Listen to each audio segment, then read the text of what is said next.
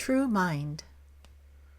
One who has placed demons and ghosts, his delusions, inside his mind will live with the demon-like mind.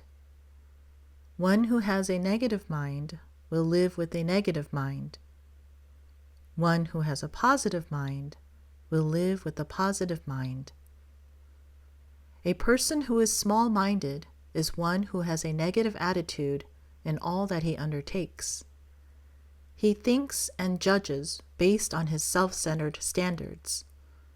But a person who has a positive attitude is one who has a large mind, which is why he is positive. The true mind is one that exists before and beyond one's delusional, self-centered, attachment-filled mind.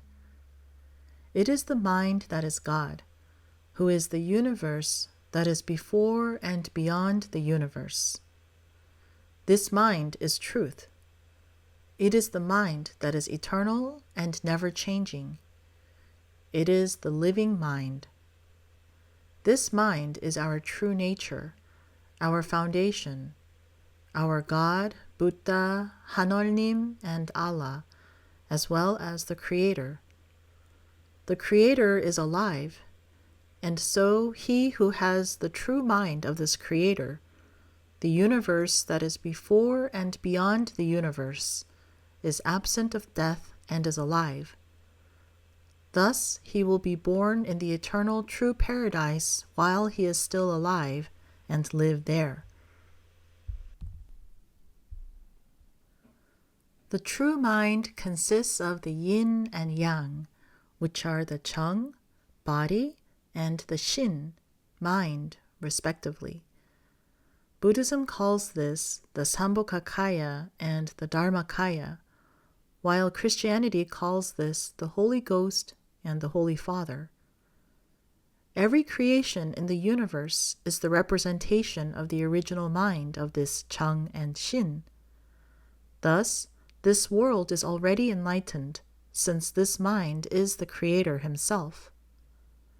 This mind is the widest, largest, highest, and lowest, and so only a person who has this mind can be the Creator, and can thus be absent of death. The true mind is the infinite universe that is before and beyond the universe. And when man is reborn as this universe, in other words, when he cleanses his mind and becomes the whole of this universe, he will be absent of death and will live forever. He will have the eternal heaven inside him and live the life of true paradise while he is alive. The true mind is truth, which is the infinite universe that is before and beyond the universe. So in order to become one with truth, one must eliminate his false self. Truth exists where one's self does not. During my seminars, I ask the audience what truth is. Many people say they see truth, God, or Buddha, but it seems no one actually knows who these existences are. People often say that truth is eternal and never changing. No doubt, it exists somewhere in the universe. So then, what could be this eternal and never-changing existence? It is the infinite emptiness of the universe, the emptiness that is before and beyond the emptiness. When the whole of creation is eliminated from the universe, then only the emptiness will remain in the universe. This emptiness cannot be eliminated no matter what, and is the energy and light of the universe.